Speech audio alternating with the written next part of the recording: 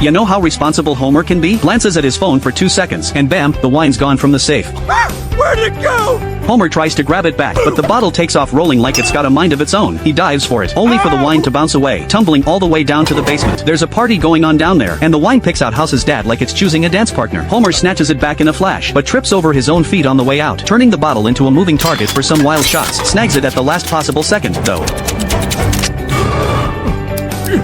Homer finally makes it home, and when Bart starts egging him on, he's too scared to even turn around, stashing that wine back in the safe like it's a top-secret mission. He figures he deserves a sip to celebrate, right? Next day at dinner, Homer's munching away, thinking the food's unusually good, when he hears Marge mention pulling out a bottle. No, I was smart. He bolts to check the safe, and finds a huge hole where the wine used to be. Turns out that bottle's worth $1 million. Something Burns whipped up special for his wine tasting. When Smithers comes to pick it up, Homer spills the whole messy truth. They rope in a scientist to help, and lucky for them, the guy whips up a dead ringer copy. Fools everyone at the tasting, no problem, staring at the leftover wine. Marge and Smithers get an idea. Brew another batch to auction off. They just get their hands on the cash. When bust, the cops haul him in. Turns out they broke some fancy wine law. In court, the judge takes a sip, then declares Marge and Smithers not guilty. Why? Cause that stuff's the real deal. You know why Homer loves picking on his kids? Abraham's got a new girlfriend again, and now he's got a new son to boot. Homer figured he'd walk in on some cringeworthy chaos, but instead, he found Abraham doting on the new kid like crazy. Final looks on the plate, Chef. That one needs a sweet without Sonic, Chef. That had Homer green with envy majorly. Even his favorite snacks tasted like cardboard. Well, I'm not getting fennel at all, so that's a fail. Homer dissed his little brother's sculpture, calling it ugly, but Abraham gushed, saying it was a masterpiece. When the little brother's alarm went off, he tried to put eye drops in Abraham's eyes.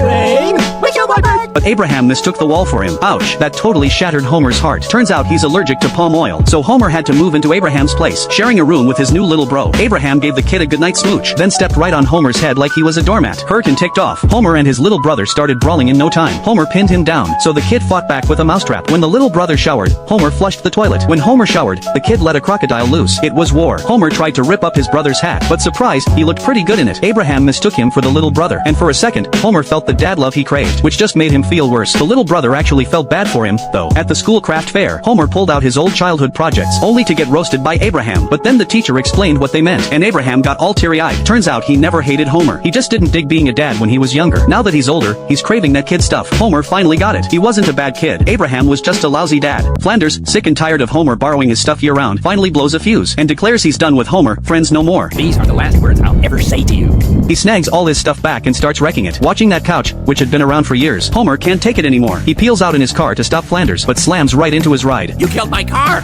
Okay, mister. I'll kill your car. Next thing you know, it's a full-on demolition derby.